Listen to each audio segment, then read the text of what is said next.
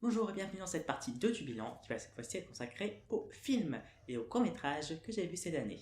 Alors, comme pour la dernière fois, nous aurons mon petit top en vert d'un côté, mon flop en rouge de l'autre, et petite nouveauté, vous aurez aussi le top de tous les films que j'ai vus en 2022, car comparé au livre, j'en ai vu suffisamment pour pouvoir tous les trier et en faire un top satisfaisant qui ne soit pas juste 2. Bref, alors, nous pouvons tout de suite commencer, parce que ça n'a pas être très long, par tous les films que j'ai vus pour compléter l'intégralité de mon marathon Cross et Chroma. J'en avais vu pas mal avant, mais cette année, je me suis vraiment mise à tous les voir, ce qui fait que maintenant, je peux dire que j'ai vu l'intégralité des films qui sont passés dans Cross et Chroma. C'était si triste. Oui, parce que dedans, j'ai commencé avec Super Mario Bros. Qui était nul. Voilà, je vais pas tergiverser pendant 3000 ans, hein. J'espère juste que le film d'animation 2023 sera meilleur. Ensuite, j'ai continué avec Gamer, qui était une purge. Je pense que c'est un bon nom. Silent Hill, qui était sympa, qui fait partie des films que je vous conseille parce que c'est un peu... c'est... Alors, j'ai pas passé non plus un super long devant parce qu'il était un peu gore et horrifique, je suis pas trop fan de ça. Mais en final, ça restait un film sympathique à voir. Et ensuite, nous avons King of Kong, Fistful of Quartet. Je crois que c'est ça. Et je vous conseille vraiment ce film. De base, je suis pas très documentaire, mais j'étais happé dans ce film. C'est vraiment peut-être un des meilleurs documentaires qui ait jamais été sorti. Je vais attendre de voir Spark Brothers pour vraiment m'assurer de ça, mais oui, je vous conseille vraiment King of Kong. Un excellent film. Bon, après King of Kong, on a eu House of the Dead. J'ai envie de dire Ueball, hein, je pense que ça définit l'intégralité de ce que c'est. J'ai continué avec Starfighter, qui était sympathique, bien que globalement je suis très d'accord avec ce qu'en dit Karim. C'est un film sympathique, niais des années 80, 90, je sais plus si c'est 80-90, mais voilà, ça fait mal à personne, mais c'est pas excellent. J'ai continué avec Future Cops. Alors, c'est un gros délire qui peut être anardesque, mais bon, je l'ai un peu oublié, on va pas se mentir. Ensuite, Alone in the Dark. C'est toujours un bémol. Personnellement, comparé à Karim, j'ai préféré voir Alone in the Dark que House of the Dead. Je trouve que Alone in the Dark est plus chiant, mais moins horripilant. Du coup, ben, il est mieux. Mais ils sont nuls quand même. Ensuite, Double Dragon. C'était une purge. Street Fighter, l'ultime combat. C'était pas mieux. Ensuite, j'ai vu Existence. C'est un film de Cronenberg, du coup, je suis pas trop fan de son type de visuel. Hein. Les petits pistolets en poulet et les trucs extrêmement gore et graphiques, c'est pas trop mon style, mais ça reste un bon film. Postal, c'est le pire Ball de tous ceux que j'ai vus. Ça en dit long. J'ai continué avec le cobaye, qui était sympathique, hein, vraiment une tendeuse à gazon tueuse, très bien le pitch. Ensuite, nous avons Final Fantasy, qui est peut-être un des films que j'ai préféré voir quand je me suis rattrapé Crost cette année, parce que les meilleurs films de Crost, je me suis rattrapé avant, donc je n'aurais pas pu citer Scott Pilgrim. Mais Final Fantasy Créature d'Esprit, c'était excellent, je vous le conseille. Bon, Mortal Kombat 1 et 2, dubstep, je crois que c'est le seul mot que je peux dire. J'ai vu pire, mais bon, c'était pas fameux. Point Sky, c'est sympa, mais l'écriture laisse à désirer.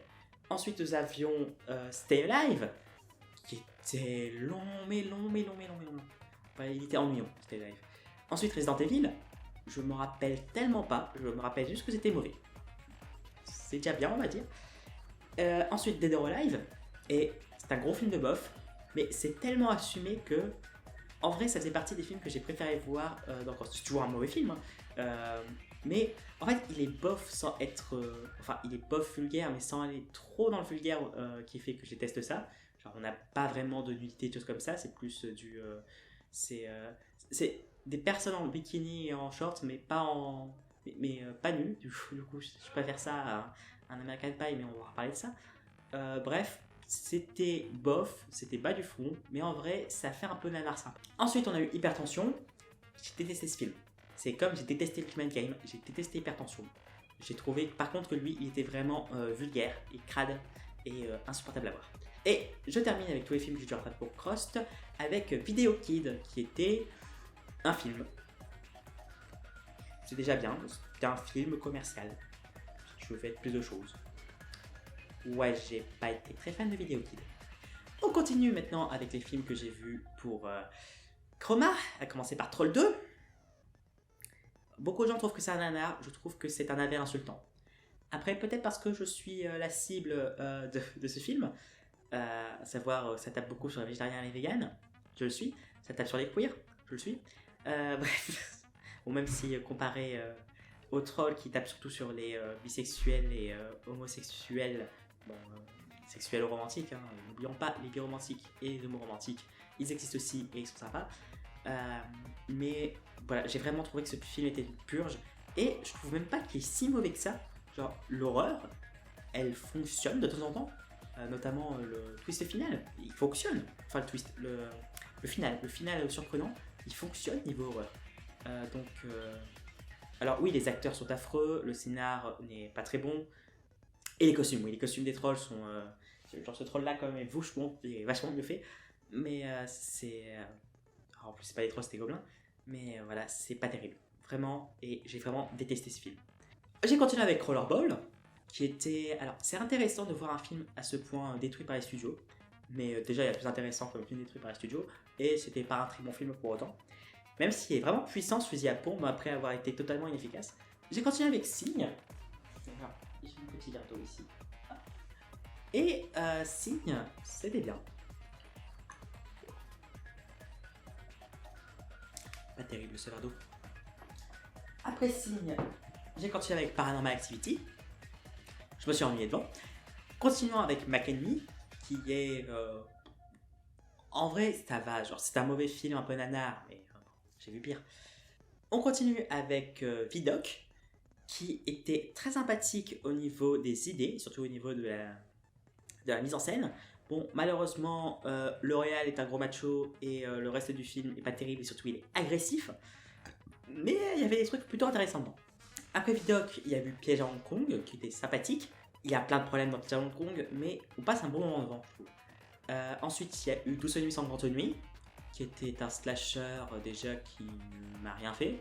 Alors, quand je peux voir un slasher et que je me dis ça va, c'est que ton slasher soit il est très nul, soit il est très soft. Là, c'est les deux. Et après 12 nuits sans grande nuit, j'ai terminé par Les Affranchis. Et c'était un excellent film, Les Affranchis. Je vous le conseille fortement. Je comprends pourquoi c'est un des films préférés de Karim, si ce n'est le film préféré de Karim. Voilà. Juste une très très bonne découverte. Et une fois cela fait, j'ai terminé avec Carnosaur. Parce que j'ai failli l'oublier. Et Carnosaur, c'était mauvais, mais ça va. Voilà, c'est un truc que je pourrais dire de beaucoup de films que j'ai vus à cause des critiques. Savoir, c'est mauvais, mais ça va, j'ai vu pire. C'est surtout des films oubliables. Voilà, ça c'était pour ce que j'ai vu avec Crost et Chroma. Et je vais continuer avec d'autres critiques que j'ai vues. Cette année, j'ai aussi complété mon visionnage de tous les films qui sont passés dans RPTM. À commencer par Alien, le 8ème passager. Oui, là je n'ai que Prometheus. Et je n'ai pas vu, du coup je vais dire à quel point il est mauvais. Mais bon, Alien qui était très sympa, mais beaucoup trop sombre. Ce qui fait que moi ça m'a arrangé parce que du coup j'ai pas pu avoir peur de l'alien, mais qui est un véritable défaut. J'ai continué avec Machete. Et c'était nul. C'était très nul. C'était nul, c'était bof, c'était gore. Je ne comprends pas l'engouement autour de ce film. Comparé à Usual Suspects, parce que bien que ça a été réalisé par un agresseur et que un des persos principaux est joué par un autre très gros agresseur, et ben c'est un excellent film. Donc globalement, je vous conseille de ne pas donner d'argent aux personnes qui sont derrière, donc ne les achetez pas neufs, etc. Mais c'est un film que je vous conseille vraiment de voir parce qu'il est très bon. Ensuite, on a eu La Marche de l'Empereur, qui était long, qui était ennuyant, et je comprends absolument pas pourquoi ils ont décidé de mettre des voix sur les manchots, parce que ça détruit tout. Et vraiment tout. Après La Marche de l'Empereur, j'ai continué avec La Ligne Rouge, je me suis endormi devant tellement je me suis ennuyé. Après La Ligne Rouge est arrivé Independence Day. Voilà, et ça aussi, je ne comprends pas l'engouement autour d'Independence Day, parce que c'était vraiment pas terrible comme film. Après Independence Day, on arrivait à World War Z, et je ne comprends pas pourquoi tout le monde déteste World War Z, c'était pas un mauvais film. C'était pas un chef-d'œuvre, mais c'était un film plus que correct. Après World War Z, j'ai terminé pour les RPTN avec Fight Club.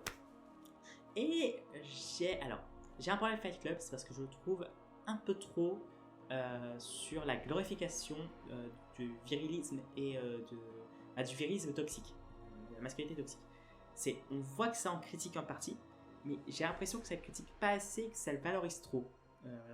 Niveau valorisation critique, je trouve que c'est pas assez bien ordonné. Je sais pas non plus si c'est pas un peu psychophobe. Faut demander à quelqu'un qui est plus renseigné sur que ça.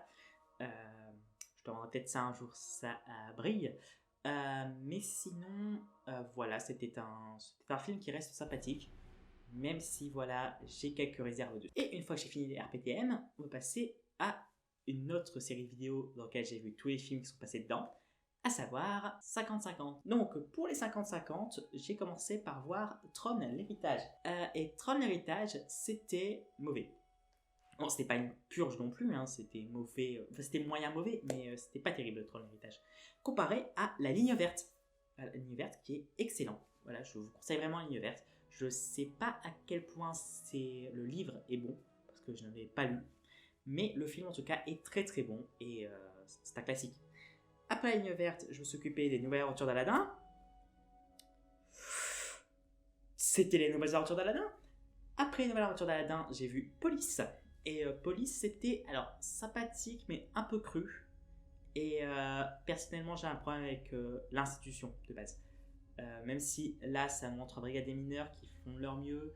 Même si... Bref, c'était pas un mauvais film. C'était pas un film que je reverrai beaucoup. Ça restait un bon film. Mais je sais pas si je vais le conseiller à tout le monde. Et après Police, j'ai vu 51 degrés. Il paraît que le livre est pire. J'ai pas envie de le lire, du coup. Mais ça va suffire comme ça, je pense. Et enfin, j'ai vu Red Notice qui était mauvais et chiant. Voilà, il est mauvais, long et ennuyant. Voilà, c'était pas un très très bon film. Et j'ai terminé avec tous ceux auxquels je vais citer leur nom, avec les films qui sont passés dans Chronique Fiction, en sachant que maintenant je suis pas sûr que je vais continuer à voir tous les films pour passer dans leurs vidéos, mais j'ai vu tous ceux qui sont passés dans les 2 premières saisons du Coroner et la première saison de l'Avocat, je sais pas s'ils ont terminé ou pas, et j'ai commencé mon rattrapage avec Battle Royale. Et Battle Royale, c'était bien. Voilà, c'est tout ce que je peux dire. Battle Royale, c'était bien. Comparé à Scarface, avec tout l'argent, tout ça, et Scarface, c'était mauvais. Voilà, beaucoup de gens disent que les gens ne comprennent pas les trucs avec Fight Club, tout ça, mais Scarface, c'est une glorification. Tout sonne glorifié dans Scarface. Et c'était horrible.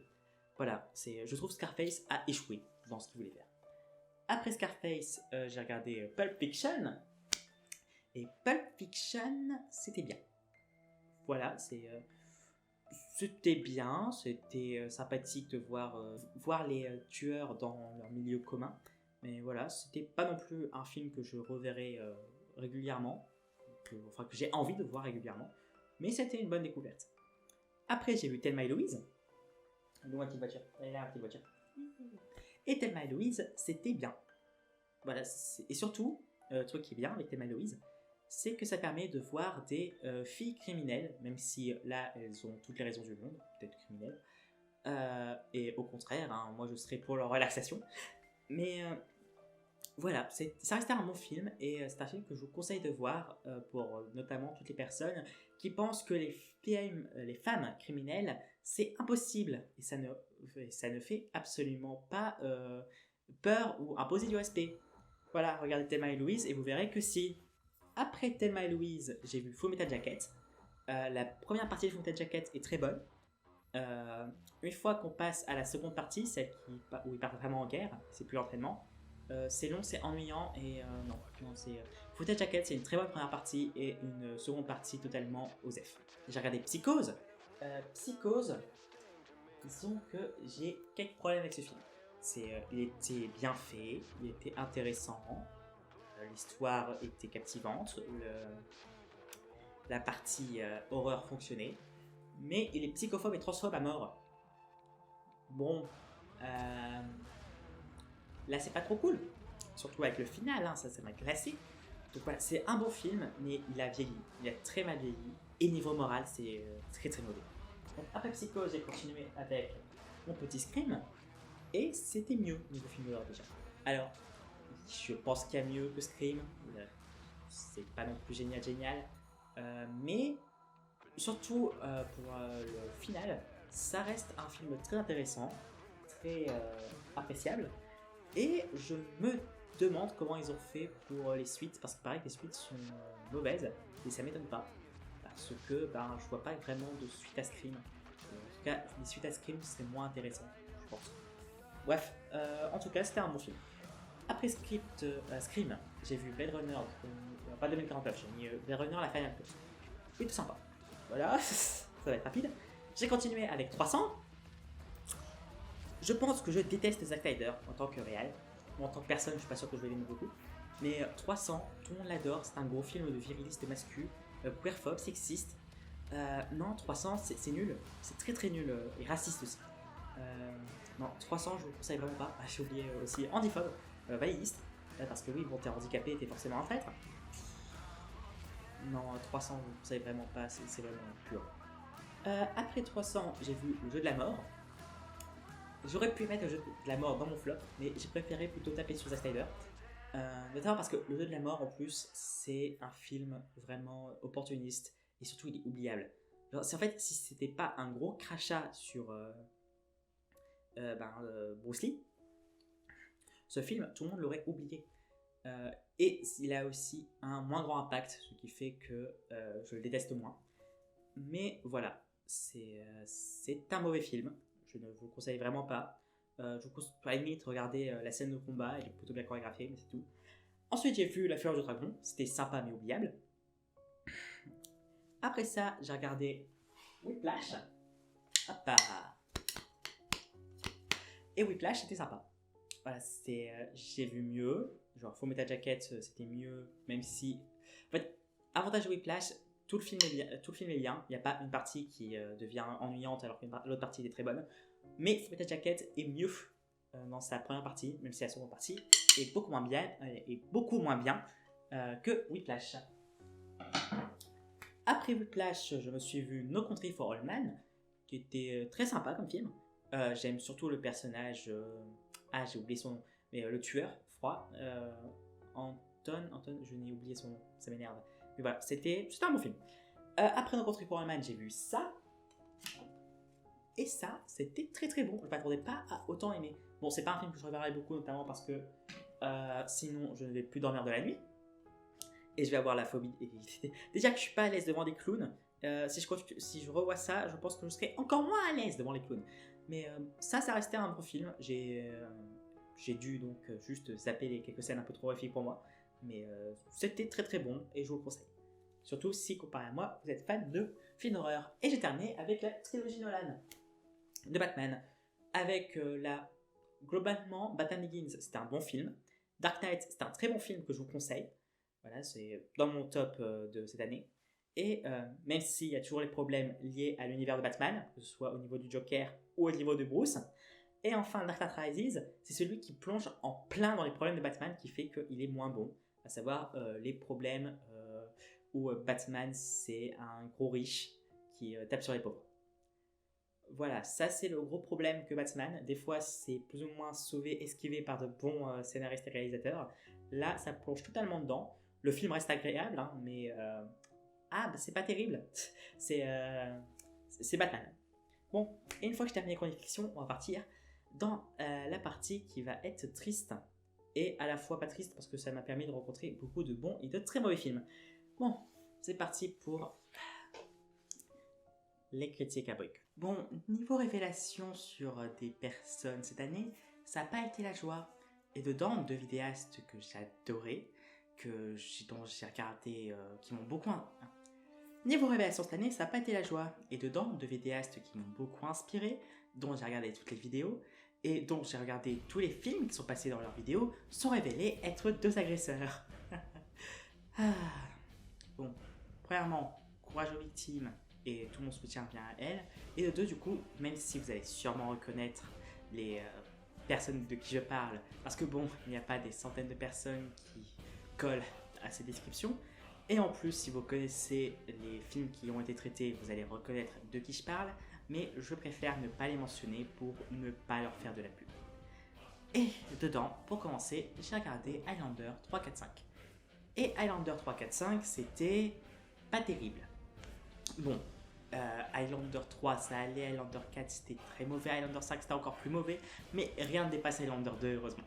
Mais bon, je ne vous conseille vraiment pas celui d'Highlander, regardez le premier, c'est bien suffisant. Après Highlander, j'ai regardé le film Beowulf de Christophe Lambert, qui est mauvais. Voilà, c'est tout. Beowulf, Légende Viking, qui est lui un peu plus intéressant, mais un peu long et ennuyant. Et enfin, La Légende de Beowulf, de Robert Zemeckis, qui est excellent. Là, c'était vraiment une très bonne surprise, une très bonne découverte, et je vous conseille de le voir. Mais surtout si vous adorez l'animation et les films épiques. Par contre, attention, c'est un film cru, violent, c'est pas à mettre devant tous les yeux, et surtout pas des yeux de petits enfants. Ensuite, j'ai regardé Bratz Inséparables, et alors j'ai un léger plaisir coupable sur ce genre de film, du coup je l'ai apprécié. Bon, moins qu'un High School Musical ou un Descendant, je l'ai apprécié, et en vrai si vous aussi vous aimez les films pour ados un peu nuls, avec un peu de musique, wow, c'est un des pires dans le genre, mais il reste sympa. Et après Bratz, j'ai vu la pire chose que j'ai découverte cette année. La saga American Pie. Du 1 jusqu'à présente les 16 commandements, je n'ai pas encore vu American Pie 4 et Girls Rules. Je vais les voir pour les compléter parce que j'en ai déjà vu 7, alors autant que je les finisse tous comme ça a sorti de ma tête. Mais voilà, c'était une horreur. Le pire, c'est que, à part les 16 commandements qui, en fait, techniquement, est entre le 2 et 3 niveau qualité, c'est une chute constante. Genre, American Pie 1, ça volait pas déjà haut, mais le 2 est pire, le 3 est pire, le 4 est pire. On se demande comment ils vont faire pire, et bien le 5 va nous répondre à cette question, et comment on peut creuser encore plus profond. Voyez le 6. Il y a juste le 7 qui remonte pour arriver entre le 2 et le 3, donc même pas au niveau du 1 qui était déjà très mauvais. Donc ouais, American Pie, c'est une saga que je vous conseille vraiment pas, c'est bof, vulgaire, sexiste à mourir, et totalement, c'est la merde. Voilà, c'est juste extrêmement nul. American Pie, ne regardez pas ça. Comme Cyprien. Voilà, Cyprien n'est pas dans mon flop 15 parce que niveau chose qui m'a énervé, qualité et popularité, il n'est pas très très haut. Et voilà, c'est juste un mauvais film qui insulte les geeks. Avec un Elise Moon, et Elise Moon il reste tout aussi mauvais d'habitude. Bon, après Cyprien, on a eu Benix, qui lui était une bonne surprise, qui était vraiment très sympathique, avec une représentation de l'autisme plutôt sympa aussi. Et voilà, Benix, c'est un bon film. Bon, il est peut-être, c'est pas non plus un film d'aventure tout ça, ça reste un drame psychologique, mais voilà, c'est un très bon film que je vous conseille.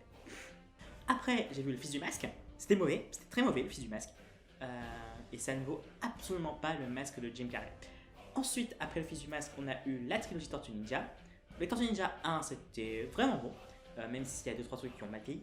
Les Tortues Ninja 2, c'est un peu plus enfantin, un peu plus puéril, mais ça reste correct.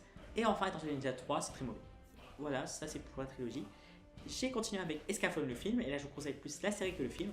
Le film reste sympa, mais il est beaucoup plus... il y a un fort côté edgy de Escaflowne le film, où tout le monde est sombre et dark et torturé et violent. C'était beaucoup moins intéressant que la série de base qui était beaucoup plus nuancée et beaucoup plus agréable. Après Escaflowne le film, j'ai vu la trilogie Blood Rain. C'est du Weeball, hein. Encore le 1 est peut-être le meilleur Weeball que j'ai vu et il peut rester un minimum sympa. Le 2 est super moins chiant, le 3 est... le 3 est encore plus mal écrit, encore plus vulgose. Non, Blood Rain, je vous conseille vraiment pas. De toute façon, je vous conseille absolument pas ce qu'a fait Weeball. Moi j'en ai vu 6, mais parce que moi je suis bizarre. Bref, ça c'était pour la première partie. Parce que ensuite, j'ai vu d'autres films d'un autre critique que j'ai décidé de boycotter lui aussi. Et donc pour celui-là, j'ai commencé avec les suites à Resident Evil, à savoir Resident Evil, je sais plus comment ça s'appelle, Apocalypse, Extinction, Afterlife et Retribution, ouais, c'est ça. J'ai pas encore vu Chapter Final, je veux le voir parce que comme ça j'aurais fini Resident Evil avec Mila Jovovich. Voilà, comme ça je pourrais dire là aussi c'est fini même si c'était nul. Surtout qu'en plus, je me rappelle d'aucun de ces films. Genre ils sont fades, ils sont mauvais et fades, du coup, en plus l'histoire se répète. Et n'a aucun sens, du coup voilà, j'ai tout oublié. Comparé à Dune de David Lynch, j'ai aussi vu la version j'ai oublié qui l'a réalisé, Villeneuve. J'ai aussi vu la version Villeneuve que j'ai préférée, et ça allait, c'était un peu bizarre. J'ai aussi un problème avec le fait que les méchants soient les roux. que tous les méchants soient roux. Ça me rappelle des mauvaises blagues des débuts des années 2000. Et même avant, hein, mais bref. C'était pas non plus le mieux à faire, même si voilà, ça restait un film agréable. Après Dune, j'ai vu Conan le Barbare, très bon film. C'est là aussi, ça a peut-être un peu vieilli, là aussi, c'est un côté qui peut rebuter, parce que ça reste un côté très viriliste.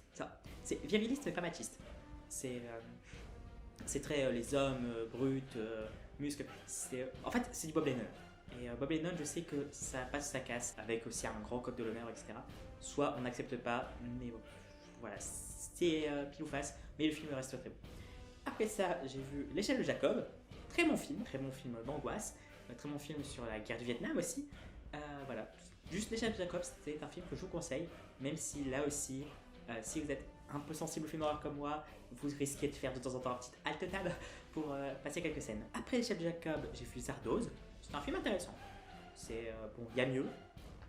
Mais voilà, ça restait un film intéressant, sympathique. Après, on a eu Halloween 3. Ça passe. Le gros truc d'Halloween 3, c'est qu'ils ont quand même osé tuer des enfants. Voilà, des choses comme ça, mais c'est pas non plus. C'est pas le film de l'année, on va pas se mentir. Après Halloween 3, j'ai vu Fitzcarraldo, que j'ai détesté. Que j'ai trouvé très réducteur. C'est un peu le colon de l'homme blanc qui est génial, etc. C'est un désastre écologique. Ce film, c'est un désastre écologique. C'est pas super niveau représentation féminine et représentation des ethnies. Je sais plus où ça se passe. Bref. Non. Après Fitzcarraldo, j'ai vu par ma liste Battle Royale 2 Requiem. Nul. En gros, c'est Battle Royale, mais sans le côté bien de Battle Royale. Extrêmement qui te crie dessus. Et très très limite dans sa représentation. J'ai continué avec Bunker Palace Hotel qui est sympa, mais on voit que ça n'a pas eu de budget. Après Bunker Palace Hotel, j'ai vu Planète Hurlante qui est sympa, même si on voit que ça n'a pas eu beaucoup de budget. Après Planète Hurlante, Frayeur qui était pas terrible. Big Fish qui était sympathique, même si je pense qu'il est un peu surcoté. Parce que bon, il y a quand même beaucoup de défauts dans Big Fish. Après Big Fish, La Morte della More qui était sympathique. C'est Le Nom de la Rose qui était très beau. Après Le Nom de la Rose, on a eu Barbarella, qui a un petit charme rétro sympathique, mais qui a pas mal de problèmes à côté. Après Barbarella, on a eu le droit à The Devil Rejects, qui était sympa. J'ai peut-être quelques problèmes avec Devil Rejects à côté, notamment c'est un peu gore pour moi, mais ça c'est pas la faute du film. Mais sinon, c'était un bon film. Après, j'ai vu Dracula de Coppola, qui était très très bon. Vraiment, j'ai adoré Dracula de Coppola. Après Dracula de Coppola, on a eu le droit à Prince Ténèbres, qui était sympathique, mais c'est toujours un problème avec l'horreur de Cronenberg. Mais c'est vraiment personnel, alors je supporte juste pas l'esthétique Cronenbergien. Et après ça, je terminais avec Une histoire d'amour suédoise, qui est un film très mignon. Voilà, c'est pas non plus un film qui va rester beaucoup en mémoire, enfin pour moi, hein, pour les autres peut-être. Mais voilà, c'était un bon film aussi. Et c'en est fini pour les films que j'ai vus parce que des critiques en ont parlé. Et je vais parler des films que j'ai vus pour mes cours. Et je continue avec les films que j'ai vus en cours, à commencer par les courts-métrages Einstein Experience, je n'ai plus le nom, mais en gros c'est les courts-métrages avec des franges géométriques dans lesquelles tu vas voir une histoire alors que ça a tout été fait sans plan, ça a tout été fait de façon totalement aléatoire et toi tu vois des patterns, tu vois des histoires, etc. C'était très intéressant. Ensuite j'ai regardé Flammable que j'ai trouvé très nul. Surtout j'ai trouvé que c'était vraiment un film à Oscar comme on peut entendre, à savoir un film qui brasse du vent avec un vernis progressiste alors qu'il ne l'est pas du tout. Voilà, ça c'est mon avis sur Flammable. Je pourrais en parler plus longtemps, mais actuellement je n'ai pas prévu pour l'instant d'en faire quelque chose, mais je pourrais. Après ça, j'ai vu Grand Torino qui était bien plus intéressant que Flammable. Je l'ai bien aimé, même si on peut mettre quelques réserves, surtout au niveau du racisme dans le film, parce que c'est un papier raciste qui doit ne plus être raciste, mais voilà, il y a peut-être 2-3 trucs qui sont un peu limites dans cette vision de comment faire. Mais ouais, c'était intéressant et c'était surtout très intéressant de savoir que c'est encore un film anti-armes et anti-guerre fait par Clint Eastwood qui est un des grands défenseurs du deuxième amendement. Non, du second amendement. Voilà, c'est très rigolo. Ensuite, j'ai vu Parasite. Oui, je me suis enfin rattrapé et c'était un très très bon film. Alors, je ne serai pas aussi énergique et totalement améliorative que les autres personnes par rapport à ce film, mais je dois avouer que c'était un très bon film pour lequel j'ai passé un très bon moment. Après Parasite, j'ai enfin vu Les Dents de la Mer et c'est un bon film. Ça a mal vieilli sur certains points, mais ça reste un bon film. Après, dans la mer, j'ai vu la trilogie John Wick. Alors, John Wick 1, c'était très sympa, mais ça manque un peu de côté de fulgurance niveau mise en scène et scène d'action. Ça reste déjà très bien, mais il manque un petit truc. John Wick 2, c'est pour moi le meilleur, c'est celui que je vous conseille vraiment, John Wick 2. Notamment parce que on est entre John Wick 1 et 3, à savoir que la mise en scène des scènes d'action est généreuse, la mise en scène autour aussi de l'univers assassin est géniale,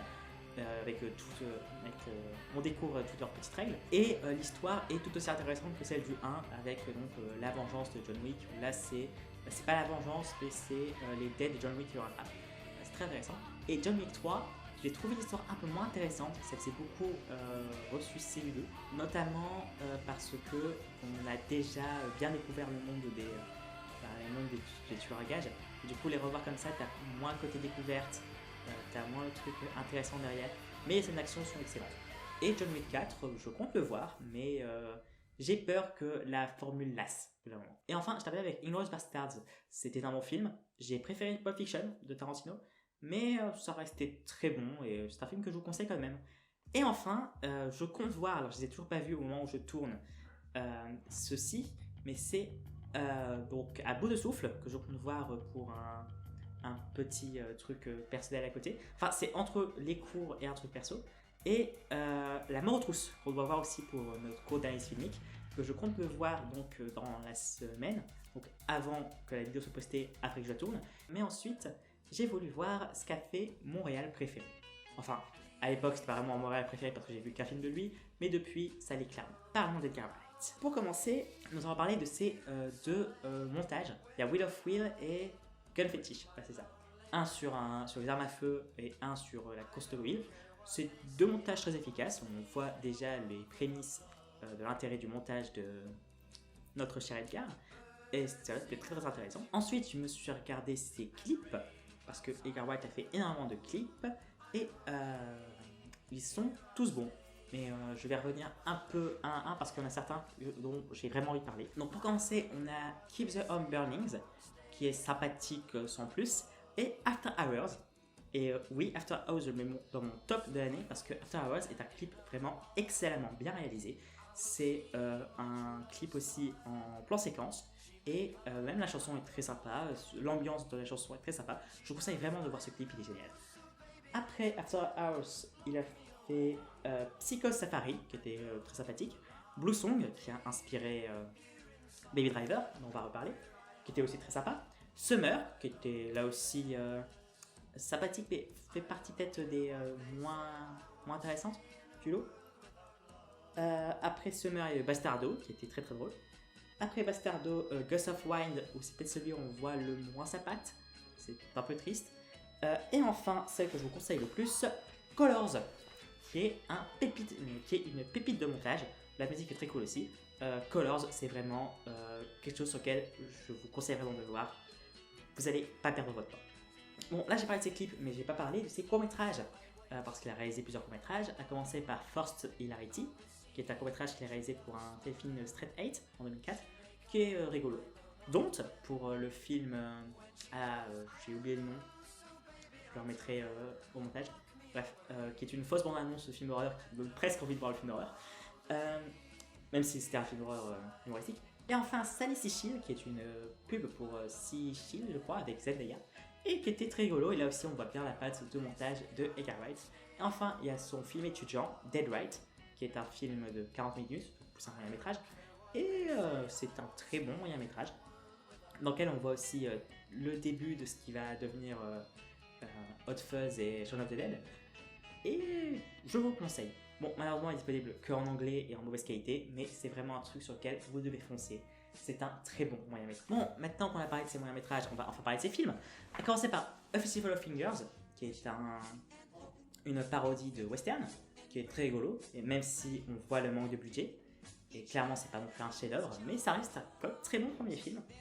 Après, bon, évidemment, la trilogie des Cornetto, à savoir que moi en plus je l'ai vu à l'envers, j'ai commencé par World's End, puis Hot Fuzz et enfin Shaun of the Dead, mais nous on va parler de la trilogie dans l'ordre, à savoir Shaun of the Dead, que j'ai trouvé décevant. Genre ça reste un bon film, mais peut-être que c'est parce que je l'ai vu en dernier et que c'est le moins bon de la trilogie, Peut-être aussi parce que j'avais vu Anna and the Apocalypse avant, mais il manque des choses dans Shaun of the Dead, notamment la relation entre Sean et son ami, j'oublie toujours comment il s'appelle son ami, Ed, voilà.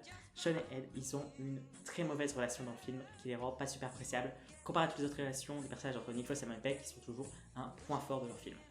Et par contre, les 3 courts-métrages qui arrivent, Fun Dead, The Man Who Will Be Shown et Funky Pete, c'est 3 courts-métrages plutôt sympathiques qui font en sorte de bien donner quelques bonus aux fans de Shaun of the Dead. Hot Fuzz, c'est le meilleur des 3, il est génial et il est génial, il est citable, je peux pas avoir de mots pour dire à quel point j'ai adoré ce film, que je vous conseille fortement. Comme The World Ends, il est un peu moins bien que Hot Fuzz, mais c'est vraiment une pépite aussi. Et c'est peut-être mon duo Frost-Pegg préféré dans World Ends. Peut-être aussi parce que pour une fois, Pegg a le mauvais rôle. Ça n'a pas le rôle du badass de service comparé aux deux autres. Même si bon, il n'est pas vraiment badass de Shaun of the Dead. Mais voilà, j'aime beaucoup cette trilogie. Ensuite, nous avons Baby Driver. Alors c'est peut-être le film post-trilogie des Cornetto, enfin surtout post-Shaun of the Dead, que je vous conseille le moins de Edgar Wright. Mais ça veut absolument pas dire que je ne vous conseille pas, parce que Baby Driver c'est aussi un très bon film avec une très bonne mise en scène, une mise en haleine constante et haletante. Bon, c'est un peu triste qu'un des rôles principaux soit joué par par une ordure, mais bon, ça c'est autre chose et on pouvait pas vraiment. C'était pas encore sorti à l'époque, si je m'abuse. Enfin, c'était pas sorti à ce niveau en tout cas, et ça ne change pas la qualité du film. Donc voilà, je vous conseille vraiment Baby Driver. Et enfin, il y a, selon moi, le meilleur film de Edgar Wright, La Saliceau. Et ce film-là, je vais pas beaucoup en parler parce que je compte en faire une vidéo, mais c'est pour moi un chef-d'œuvre, le meilleur film que j'ai vu, même si c'est pas mon préféré, et le meilleur Edgar Wright. Bon, une fois que j'en ai fini avec Edgar Wright, on peut passer à l'autre truc qui me prend tout mon temps, alors que pourtant j'aime de moins en moins, le MCU. Bon, le MCU, c'est pas génial, ces derniers temps. Bon, j'ai quand même pu voir de très bons films dedans. J'ai commencé avec les Marvel's One Shot, voilà, je les ai tous vus.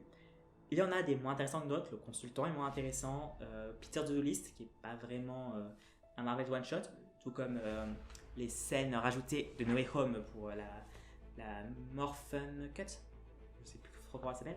Voilà, c'était pas super intéressant. Les mockumentaries sur Thor sont pas géniaux non plus. Le premier meilleur des 3 et ça se dégrade. Mais après, on a des très très bons one-shots comme Agent Carter, qui est une pépite. Agent 47, qui est non, Item 47. Je sais qu'en fait, je sais plus comment il s'appelle en VF. Je crois que c'est Agent 47 puis 12, qui est très très bon aussi. Et une drôle d'histoire en voyant le marteau de Thor qui est sympa. All Hail the King qui lui est par contre plutôt moyen. Mais sinon, ça restait une bonne découverte. Comparé à Venom, Let There Be the Carnage. Et ben, Venom c'était déjà très mauvais. Venom, Let There Be the Carnage, c'est pire. Je peux pas vraiment dire plus, hein. C'est une purge. Comparé à Morbius, parce que Morbius c'est mauvais, mais les gens ont exagéré le mauvais côté de Morbius. Hein. C'est peut-être un des meilleurs films du Sonyverse. Bon, après, c'est pas très difficile au vu des autres films du Sonyverse que sont Venom et Venom 2. Mais c'est pas un si mauvais film que ça. Il y a même des trucs que j'aime beaucoup. Le duo Jared Leto, Matt Smith hein, dans le film. Voilà, c'est un mauvais film, j'en conviens, mais c'est pas si mauvais, il faut arrêter. Après, j'ai vu les Deadpool. Deadpool 1 est très très mauvais. Là, par contre, je vais le détruire dans un concurrence idéal, c'est presque sûr. Ensuite, après Deadpool 1, on a vu Deadpool et Korg React. C'était juste une pub pour Free Guy. C'était une pub pour Free Guy. Qui était un peu rigolote. Les pubs pour Deadpool 2 aussi, qui est Deadpool Getting Wet and Wet with Deadpool 2, qui je connais pas l'œuvre de base, du coup j'ai pas trop compris la parodie, c'était moyen. J'ai aussi vu Deadpool, Deadpool No Good Deed, qui est le court-métrage Deadpool post-Deadpool 1 et qui est meilleur que le film.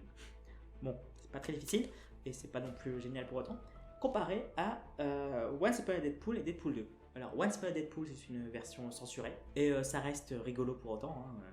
En fait, toutes les scènes rajoutées dans Once Upon a Deadpool, à savoir donc toutes les scènes avec le gamin de Princess Bride, toutes ces scènes sont géniales. Le reste, bon, c'est juste une version censurée de Deadpool 2, donc c'est pas très intéressant. Par contre, Deadpool 2, eh ben, c'est ce que aurait dû être Deadpool 1. Il est génial. Je vous conseille pas Deadpool 1, mais je vous conseille fortement Deadpool 2. Surtout qu'en plus Deadpool 2, je pense que tu peux le voir sans voir Deadpool 1. Et j'ai par contre très peur pour Deadpool 3. Parce que bon, réunir Deadpool et MCU, en plus, en réunion Deadpool et MCU, ça va être la concrétisation de la réunion X-Men MCU, qui me fait très peur, même si je suis de plus en plus résigné à l'idée. Voilà, donc après ça, j'ai vu Thor Love and Thunder. Alors, personnellement, je trouve que c'est moins pire que Thor Ragnarok, mais c'est parce que Thor Ragnarok m'a tellement dégoûté que je m'attendais vraiment à une purge et j'ai eu 2-3 trucs de qualité de temps en temps. Enfin, dès que ça voulait parler sur un truc sérieux, ça en parle mal parce que l'humour détruit tout, mais c'était des trucs intéressants du film. Et donc, il était moins pire que Thor Ragnarok, mais ça restait une purge pour autant. Hein. Comparé à Doctor Strange de Multiverse of Madness, qui est le MCU qui m'a le plus surpris, parce que c'est clairement un des meilleurs. Alors pourtant la phase 4, elle arrêtait pas de faire des mauvais trucs, ce film c'est vraiment un des meilleurs films du MCU, notamment pour sa mise en scène, c'est notamment sa mise en scène d'horreur qui est super efficace. On voit qu'on a laissé le réal un peu plus libre de ses mouvements, et c'était génial. Voilà. Par contre, voilà, Doctor Strange 2, je vous le conseille comparé à Thor 4. Donc en vrai, World of Life, je vous le conseille. Il n'est pas très mémorable, mais ça restait très sympa. Comme Black Panther Wakanda Forever. Voilà, c'était un bon film qui traite bien le sujet du deuil. Bon, malheureusement, il y a quelques problèmes, notamment la venue de Black Panther. Oui, ça aurait été vachement plus intéressant que Shuri ne soit pas Black Panther, mais soit une héroïne à part, et qu'on laisse vraiment Black Panther au passé, on l'enterre. Même si, en effet, ça va peut-être faire côté... c'est pas l'idée qu'une femme prenne le rôle de Black Panther, ça c'est très intéressant. Hein. Shuri fait une très bonne Black Panther, c'est juste que, avec tout ce qu'il y a eu dans le film avant, ça fait un peu... ils ont forcé l'arrivée de Black Panther à l'intérieur, et ça aurait été mieux si soit Black Panther arrivait plus tôt dans le film, soit arrivait pas dans le film. En fait. Ils auraient peut-être dû faire une autre héroïne inspirée de Black Panther, mais qui n'est pas Black Panther. Après, dernier film du MCU que j'ai vu, c'est Les Gardiens de la Galaxie spécial Noël. Alors c'était sympa, notamment pour la chanson de début qui est très entraînante, qui est très bonne. Le reste du film, il est plutôt moyen. Ça reste agréable, mais je comprends pas que tout le monde ait autant adoré parce que c'était pas non plus génial, hein, on va pas se mentir. Ça restait un téléfilm Gardiens de la Galaxie des plus des plus je vais pas dire banal, mais des plus oubliables. Mais bon, après le MCU, j'ai un autre intérêt SP qui me pourrit des fois un peu la vie. Et c'est mon intérêt SP sur Disney. Qui là aussi m'en a fait voir des belles purges. Et donc avec Disney, j'ai commencé avec Le Dragon récalcitrant. Qui est un film intéressant, bien qu'il a bien vieilli, parce que c'est un documentaire sur comment est-ce que Disney fonctionnait dans les débuts de l'entreprise. Mais ça reste un documentaire très intéressant, notamment quand on s'intéresse au cinéma. Ensuite, j'ai vu 20 milieux sous les mers, l'adaptation Disney. Là aussi, film qui a pas mal vieilli, mais qui reste très sympa. Après 20 milieux sous les mers, je me suis occupé de Victoire dans les airs, le film de propagande de guerre Disney, qui était pas très bon, par contre, oui, je m'attendais à mieux. Je m'attendais à un truc intéressant, c'était même pas intéressant, c'était juste ennuyant. Après Victoire dans les airs, j'ai regardé les adaptations de attractions que j'ai pas vues, à commencer avec Country Bears, qui était nul. Genre, c'était tout nul et immémorable, parce que bon, vraiment, c'est... Genre, même l'attraction, j'ai pas l'impression qu'elle était très bonne. Et de ce que j'ai compris, l'attraction a disparu après le film, et je comprends pourquoi. Ensuite, il y a eu Manor hanté 1999 Phantom, une déception pour qui connaît Phantom Manor, mais sinon c'était juste un film ennuyant et osef. Enfin, pas vraiment ennuyant, tu passes pas un mauvais moment devant, mais bon, c'est un moment que tu as oublié très rapidement après. Après cela, j'ai continué avec Mélodie du Sud, le film banni de Disney, qui est banni pour rien, mais c'est pas un très bon film, du coup, bon, c'est pas non plus une très grosse perte. Mais c'est toute la polémique qu'il y a au-dessus, c'est exagéré. Il y a des films qui sortent récemment qui sont beaucoup plus racistes. Genre, même 300 c'était plus raciste que Mélodie du Sud.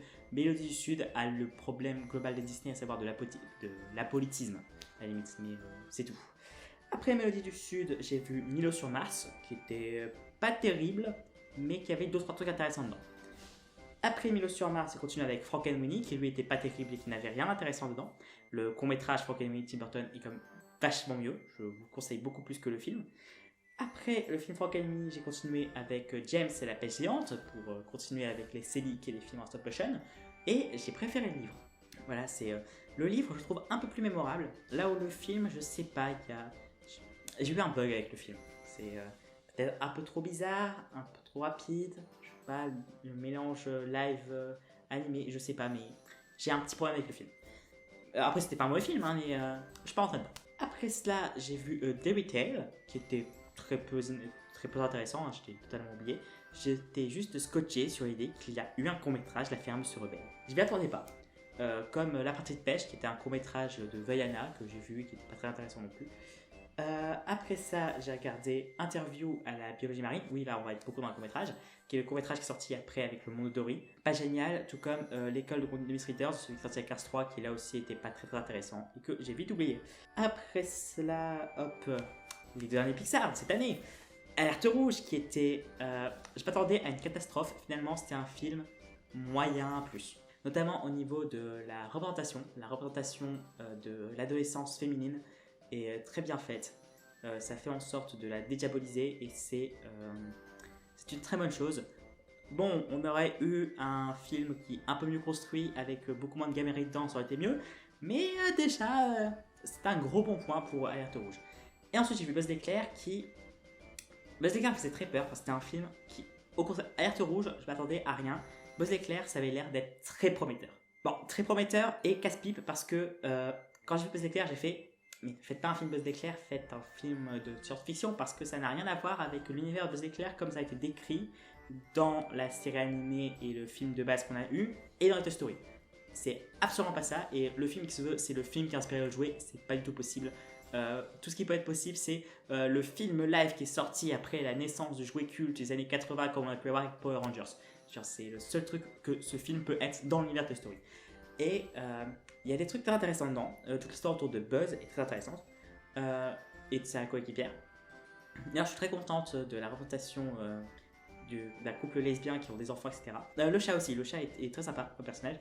Mais tout le reste ne fonctionne pas. C'est trop comique. Il y a un côté très fort dans le drame et quand ça part là-dedans, c'est bien. Mais après, ils ont tout dramatisé avec la nouvelle équipe.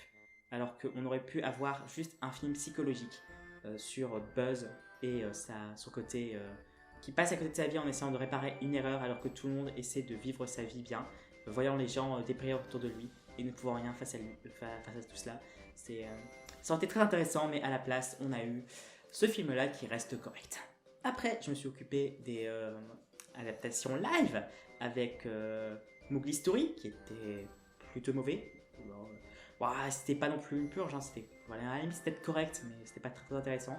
Ce qui était plus intéressant, c'était le livre de la jungle de Stephen Sommers, qui lui était très sympa, qui a plus un côté Tarzan que le livre de la jungle, comme on le voit, mais qui avait une vraie bonne vibe. Genre, je vous conseille vraiment le livre de la jungle de Stephen Sommers, surtout qu'en plus, comparé au livre de la jungle récent de Jon Favreau et Mowgli Story, ils ont eu la bonne idée de ne pas faire parler les animaux, ce qui le rend un peu plus intéressant, même si ça fait qu'en échange, ils ont fait un film beaucoup plus centré sur les humains.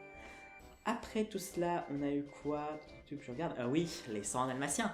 Alors, le 100 dalmatiens avec Clover est plutôt sympa. 100 dalmatiens est plutôt mauvais et pas très très mémorable. Et Cruella est entre les deux. Je dirais que Cruella est mieux que 102 dalmatiens, moins bien que 101 dalmatiens. Et a quelques problèmes avec le fait que ils assument toujours pas de faire des films sur des méchants. Tu fais un film Cruella, tu la rends cruelle. Là, c'est comme pour Maléfique, on va prendre la méchante, mais attention, faut que ce soit la gentille quand même. Ensuite, j'ai continué avec Pinocchio. Pinocchio qui est extrêmement nul. Clairement, c'est peut-être le 4e pire remake après Roi Lion, Aladdin et La Belle et la Bête. Pour moi, il est un peu au-dessus, notamment à cause de sa fin, mais il est très très mauvais, Pinocchio. Pire que Mulan, mais il y a pire que Pinocchio, il y a Tic et Tac, la Revanche de Risque. Alors, je sais pas si vraiment je peux le compter dans les adaptations live, mais ce film, c'est juste une immense insulte au cinéma. Mais pour plus d'informations, j'ai fait toute une vidéo dessus, allez la voir. Et j'ai terminé tout cela avec Hocus Pocus 2, qui était une bonne surprise. Bon, après, il faut apprécier l'univers d'Hocus Pocus. Personnellement, j'avais pas détesté le premier, je l'avais trouvé correct, mais pas très mémorable. Celui-là, je l'ai apprécié un peu plus, notamment à cause de l'histoire des des 3 autres sorcières. Les anciennes sorcières sont très bonnes et j'aime beaucoup le personnage d'une mère qui est très drôle.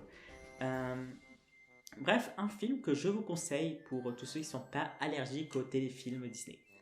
Alors ça, c'était pour Disney de base. Sauf que il y a un truc spécifique dans Disney que je suis bien rattrapé cette année, et c'est tous les films de Disney Toon. Alors, Disney Toon ainsi que les Disney Animation Television en direct vidéo. J'ai commencé avec Roxy Rookie 2, qui était plutôt mauvais. J'ai continué avec Mickey était une fois et était deux fois Noël. Alors Mickey était une fois Noël est sympathique mais pas très intéressant. C'est 3 petits courts-métrages sur Noël. Et Mickey était deux fois Noël est très très mauvais, très moche et lui par contre je ne vous le conseille pas. Après cela j'ai vu les films Winnie l'ourson, à commencer par Winnie l'ourson Joyeux Noël, qui est très mauvais. Les aventures de Petit Gourou, qui était plus intéressant mais qui n'était pas très bon non plus. Les aventures de Petit Gourou, qui est un des meilleurs films Winnie l'ourson de la gamme, avec Winnie l'ourson 2, genre il était plutôt correct. Après Winnie l'ourson Bonne Année, qui était vraiment pas terrible. Et enfin Wonderful World Adventure et Shape and Cheese, qui sont des films éducatifs sur les lettres et sur les formes et les nombres. Bref, 2 films éducatifs sans aucun intérêt. J'ai continué avec Lumpy Fait Halloween, que j'ai failli oublier. Et Lumpy Fait Halloween, c'était un film très peu intéressant. C'était un téléfilm d'Halloween, Winnie l'ourson avec Lumpy. Voilà, rien de plus à dire. J'ai continué avec Disney Princess Vite et Rêve, où le truc le plus intéressant avec, c'est qu'on a pu avoir une suite à La Belle au Bois dormant, et avec un peu de développement d'Aurore. Bon, pas pour grand chose, hein, Aurore reste une cruche, mais voilà, c'était un peu intéressant ce point-là, sinon c'était un film totalement puéril qui voulait juste surfer sur la notoriété des films Disney Princesse. J'ai continué avec les 2 courts-métrages Clochette, à savoir Clochette, Le Soir des Fées et Fée Maison, qui sont rigolos et sympathiques, mais il faut quand même apprécier la franchise Clochette. Moi personnellement, je trouve que c'est des films good vibe, sauf le 3 qui est plutôt mauvais. Après ça, j'ai vu les courts-métrages qu'on fait Disney Toon, à savoir Redux Reading Hood, qui est plutôt rigolo. The Three Little Pig, qui ne vaut pas la version Silly Follies. The Cat That Look at a King, qui est un court-métrage qui sont faits pour Mary Poppins, qui est pas très très intéressant. The Legend of Chihuahua, qui n'a intéressant que son existence parce qu'ils ont vraiment fait un court-métrage sur le Chihuahua de Beverly Hills, mais sinon c'était très nul. Et Vitamina Mulch, le court-métrage Planes. Déjà que Planes ça vole pas haut, ce court-métrage ça ne vaut pas non plus. Je sais, l'humour. J'ai ensuite regardé la version film du pilote de Gargoyles, qui était cool parce que c'était Gargoyles, mais autant voir les 5 premiers épisodes du pilote, hein, c'était quand même vachement mieux. Après cela, j'ai regardé Around the World with Timon et Pumbaa, qui là aussi est une version film de 3 épisodes de Timon et Pumbaa. Ça ne m'intéresse pas. Genre, ça m'a pas donné envie de m'intéresser à la série parce que ça n'a pas l'air génial. Après cela, le livre de la jungle souvenir d'enfance. Donc les 3 épisodes du livre de la jungle souvenir d'enfance qui sont plutôt mauvais aussi. Genre, la série en elle-même est totalement ennuyeuse et les petits passages qu'ils ont fait entre deux pour raconter une histoire pendant ces 3 films, enfin ces 3 téléfilms pour direct vidéo étaient très inintéressants aussi. Ensuite, Hercule Zero to Hero, la série Hercule est pas géniale, mais on va en reparler dans la vidéo qui suit. Et là, quand on mettra le patchwork de ces 3 épisodes, ils ont même pas pris 3 vraiment bons épisodes. À la limite où ils ont quand même pris le premier épisode qui fait partie quand même du panier du haut, mais voilà, c'était pas très très intéressant comme film. Et c'est une fan de Hercule qui vous dit ça. Buzz l'éclair le film, et ben j'ai vraiment envie de voir la série animée parce que ça avait l'air génial au vu de ce téléfilm, et c'est un bien meilleur film que le film Buzz l'éclair qui est sorti cette année. Voilà, je vous conseille beaucoup plus Buzz l'éclair le film que Lightyear ou Buzz l'éclair. Ensuite, Mickey la machine Noël et Mickey Club des méchants, qui étaient 2 vidéos tous en boîte. En vrai c'était moyen. Genre, je suis un peu déçu. Je pensais que ça a été plus intéressant de Mickey tous en boîte avec tout ça. Alors niveau fanservice, c'est un régal, mais à côté, surtout Club des méchants. J'aurais espéré que Club des méchants dure un peu plus longtemps, centré sur les méchants. Après cela, les films La Cour de récré, eh bien ça me donne pas super envie de voir La Cour de récré. La Cour de récré du vacances est sympathique sans plus. Le plus intéressant, c'est Rentrer en classe supérieure, où on voit la cour de récré quitter la cour de récré. Celui sur Noël est un peu sympathique, donc les vacances de Noël. Et les petits contre-attaques offrent là aussi des épisodes intéressants, mais ça reste pas très bon. Enfin, pas très très bon, ça reste correct, hein, mais c'est pas un film que je vous conseille vraiment de voir absolument. Et j'ai La Légende de Tarzan et Jane pour terminer avec les films patchwork de séries, où là en plus ils ont pris 3 épisodes de la série qui sont plutôt mauvais, et c'était juste moche et pas intéressant.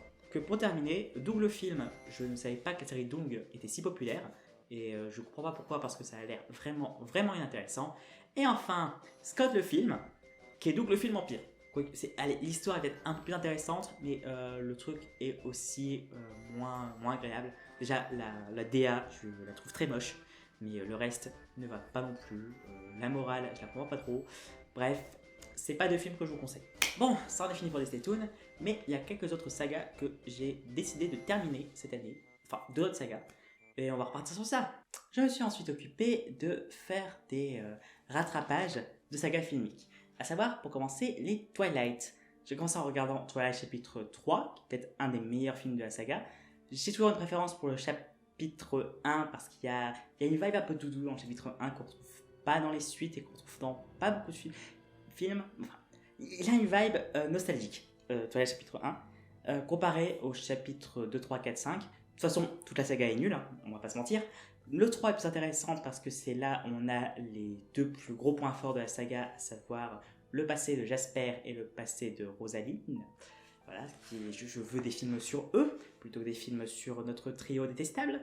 Surtout que par la suite, j'ai vu Twilight chapitre 4 qui est très mauvais, c'est clairement le pire de la saga. Pourtant, le 2 avait mis la barre bien haut. Et non, je vous conseille vraiment pas le 2. Le 5 est un peu plus sympa, notamment avec la bataille finale, mais ça vaut pas grand chose non plus. Clairement, le meilleur de la saga est le 1 ou le 3 en fonction du nostalgie ou en fonction de la promesse que ça peut avoir. Et ensuite, j'ai aussi vu le dernier Animal Fantastique. Donc, je pense que je n'avais pas à rappeler tous les problèmes qu'il y a autour de ce film et autour de l'autrice. Donc voilà, j'ai vu ce film et c'était une purge. Genre, c'était très mauvais, c'était pire que le 2 et pourtant le 2 aussi avait mis la barre très basse.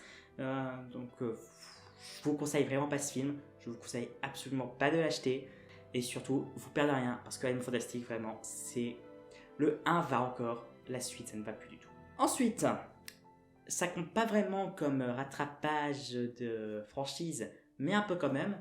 J'ai vu Tuer n'est pas joué. Donc le second film, le premier film de Timothy Dalton en tant que James Bond, le second que je vois. Et clairement, les James Bond de Timothy Dalton sont très bons. Il y a toujours les problèmes liés à James Bond, qu'on pourrait dire, mais comme les films Batman ont souvent les problèmes liés à Batman. Mais ça reste 2 bons films d'espionnage. Bon, Permis de tuer est le seul film d'espionnage des 2 parce que Tuer n'est pas joué plus un film d'action, mais ça reste 2 bons petits films comparés à Dr No et Bon baiser de Russie. Voilà, c'est les 2 autres que j'ai vus. Et les 2 sont vieux. Ils sont machistes, ils sont pas terribles, surtout au niveau action. Genre, ça a mal vieilli. James Bond est vraiment un gros bof, sauf que là c'est un gros bof glorifié, donc c'est pas très, très agréable à voir.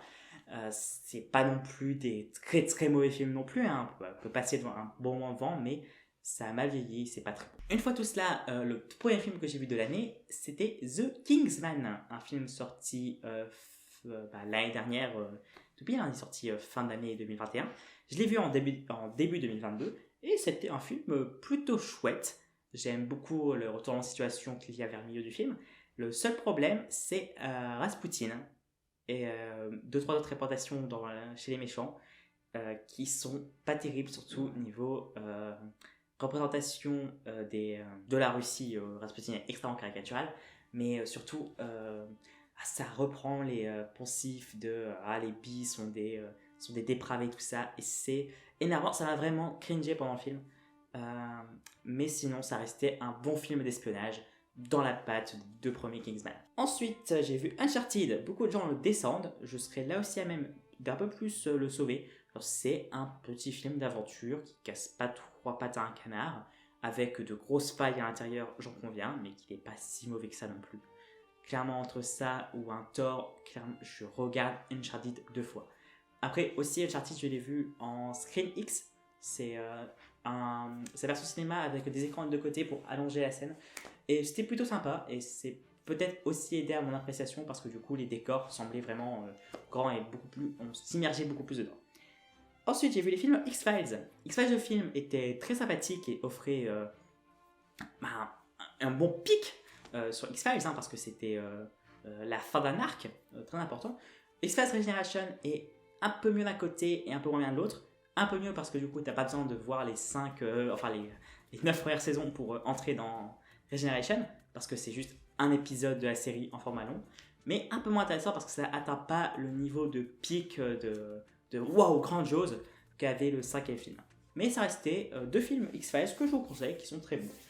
Ensuite, j'ai vu El Camino, le film Breaking Bad, et c'était une fin moyenne. Il se passe pas grand chose dans le film. C'est toujours cool quand même de voir la fin de Breaking Bad du côté de Jess, mais la fin de la série était quand même un peu mieux parce qu'on sentait bien la fin. Là, elle fait un peu, ça fait un peu rajouter.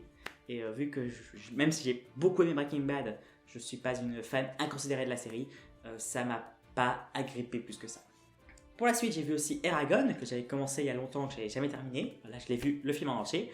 C'était mauvais, mais en vrai, les livres sont pas très bons de base, donc c'est pas non plus la pire honte qu'on a eu niveau adaptation, même si c'était une mauvaise adaptation et un plutôt mauvais film. Après Eragon, j'ai vu Starship Troopers. Intéressant, surtout sur la propagande militaire, mais bon, j'ai pas accroché, notamment à cause du côté un peu trop gore du film. Et peut-être aussi que le côté propagande militaire, c'est très intéressant, mais c'est pas très fun à voir. Bon, après Starship Troopers, j'ai vu Predator, qui lui était beaucoup plus intéressant, qui était un film de slasher très efficace, et un actionner aussi plutôt efficace. Donc voilà, Predator, c'était une bonne découverte. Comme Le Prestige que j'ai vu à cause du Twist et des Twists, parce que je me suis mis comme but de voir aussi toutes les chansons qui ont été spoilées dans le Twist et des Twists de Gilles Stella. Et bon, actuellement, j'ai pas vraiment fini cette quête, hein, mais normalement pour le bilan 2023, vous l'aurez.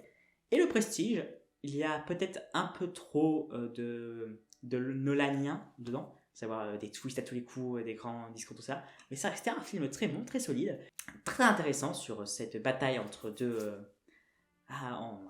magiciens qui n'arrêtent pas de se faire des coups fourrés l'un après l'autre. Et voilà, c'était un bon film, Le Prestige. Après Le Prestige, j'ai vu Analyse Apocalypse, un coup de cœur, peut-être un des plus gros coups de cœur de cette année, et j'ai fait une vidéo dessus si vous voulez avoir plus d'informations, mais un très bon film.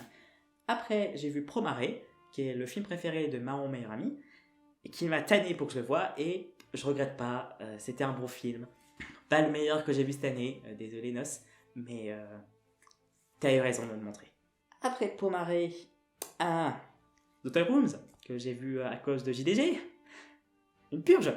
Bon, après c'était un Drago Picture, hein, donc c'était normal, mais c'est difficile, heureusement que j'ai vu ça dans un live, parce que sinon j'aurais pas tenu. Après Toys Room, j'ai vu Alice Guy, l'inconnu 7e art, qui est un documentaire sur Alice Guy, la toute première réalisatrice française qui a été virée des livres d'histoire, et ça fait seulement quelques années qu'on la remet bien en avant. C'était très très intéressant. Ça m'a donné vraiment envie de me pencher sur la cinématographie d'Alice Guy. J'ai juste vu son premier film, La Fée des Choux, qui était très sympa. Pour un film de l'époque, hein, mais voilà. Et qui m'a beaucoup inspiré aussi. Notamment pour le choix de mon prénom. Après Alice Guy, j'ai vu Man of Steel. Et quand j'ai dit que j'ai préféré taper sur Zack Snyder plutôt que de taper sur des films qui sont en effet plus mauvais que Man of Steel, voilà. Man of Steel, c'était long, c'était pénible, il n'a rien compris à Superman, alors que je déteste Superman, je vois bien que ça a des problèmes niveau compréhension de l'image de Superman. C'était un film qui faisait aussi très non-interventionniste, un peu, il faut laisser les gens se débrouiller, il faut pas aider les autres. Voilà, très égoïste, c'était pas un bon film, j'ai pas passé un bon moment. Comme pour Zack Snyder Justice League, qui là aussi était très mauvais, et je préfère le Justice League de Whedon. Genre les deux sont plutôt moyen moins, mais Justice League de Whedon était plus agréable à voir, notamment pour un film de super-héros. Là c'est un film des G-Boys. Et voilà. Et désolé pour les fans de Snyder, hein, mais actuellement de tous les films que j'ai vu Snyder, le meilleur c'est Batman vs Superman. Après j'ai pas vu Watchmen, qui est selon lui le meilleur film de Snyder, ou Sucker Punch qui divise beaucoup. Mais voilà, pour moi c'est Batman et Superman, et encore c'est un film à peine correct. Snyder, pour moi, c'est un mauvais réal. Voilà. Et pour ceux qui disent qu'il faut faire revenir Snyder pour DCU et virer James Gunn, je suis pas une grande fan de James Gunn, mais ses films sont bons comparés à Snyder. C'est tous ceux qui font The Suicide Squad est meilleur que Suicide Squad. J'ai pas vu The Suicide Squad, mais clairement ça a l'air 1000 fois mieux. Et pareil, hein, entre Wonder Woman ou un des films que Snyder a réalisé, Wonder Woman, ils explosent tous. Snyder, vraiment, c'est pas le sauveur du DCU, c'est celui qui a vraiment fait en sorte de suivre les plans du studio. Et les plans du studio, c'était nul de base. Bref, en vrai, DC a quand même bien tué même Snyder, même sur le travail de Snyder. Mais non, je suis désolé, Snyder, il fait pas de bons films. Après cela, donc, je peux arrêter de taper sur Snyder et parler de The Batman, qui lui était par contre un très bon film. Un peu long des fois, toujours 2-3 problèmes dus au concept même de Batman, même si les auteurs de The Batman, comparés à Nolan, ont bien compris le problème derrière Bruce, en faisant tout un arc sur le fait qu'ils finissent par comprendre que le Batman n'est pas une bonne figure, comme ça, figure d'auteur qui tabasse comme ça, et qui doit aider les gens avec son argent et utiliser cette figure plus à des fins sociales. Voilà, c'était une bonne fin, j'ai trouvé. Le Riddler est très intéressant aussi. Et aussi toute la partie où le Riddler fait sa confrontation avec Batman. Et voilà. The Batman, un film que je vous conseille, comme Le Visiteur du Futur. Mon coup de cœur de cette année. Un excellent film. Je ne veux pas trop en parler parce que je compte vraiment faire toute une... j'ai toujours en tête ma vidéo sur toutes les œuvres du Visiteur du Futur. Voilà, ma rétrospective du Visiteur du Futur. Et là, je vous en parlais vraiment de à quel point ce film est génial, que ce film est bien dans son temps, et même peut-être... Après, il est bien dans son temps parce que la série était en avance pour son temps. Mais bref, Visiteur du Futur, regardez-le, c'est une pépite. Après cela, enfin, dernier film que j'ai vu il n'y a pas très longtemps, Avatar, la voix de l'eau. Alors là aussi, je l'ai vu en Screen X, et c'était sympa pour se s'immerger dans Pandora, mais c'était moyen plus aussi. C'était moins bien que le premier Avatar. Alors, là aussi, j'ai pas beaucoup aimé le premier Avatar, mais c'était beaucoup moins bien que le premier Avatar. Et en plus d'être moins bien que Avatar 1, sur le plan scénaristique, c'est aussi moins bien sur le plan représentation.